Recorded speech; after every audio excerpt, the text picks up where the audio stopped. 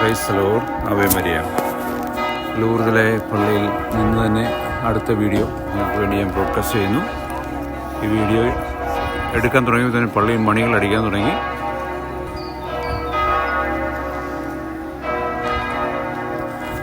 ഇത് മെയിൻ ബേസിലിക്കയുടെ സൈഡിലുള്ള ഇതിലാണ്. ഇവിടെ നിന്നാണ് നമ്മൾ ഗ്രോട്ടോയിലേക്ക് പോകുന്നത്, മാതാവ് പ്രത്യക്ഷപ്പെട്ട സ്ഥലത്തേക്ക്.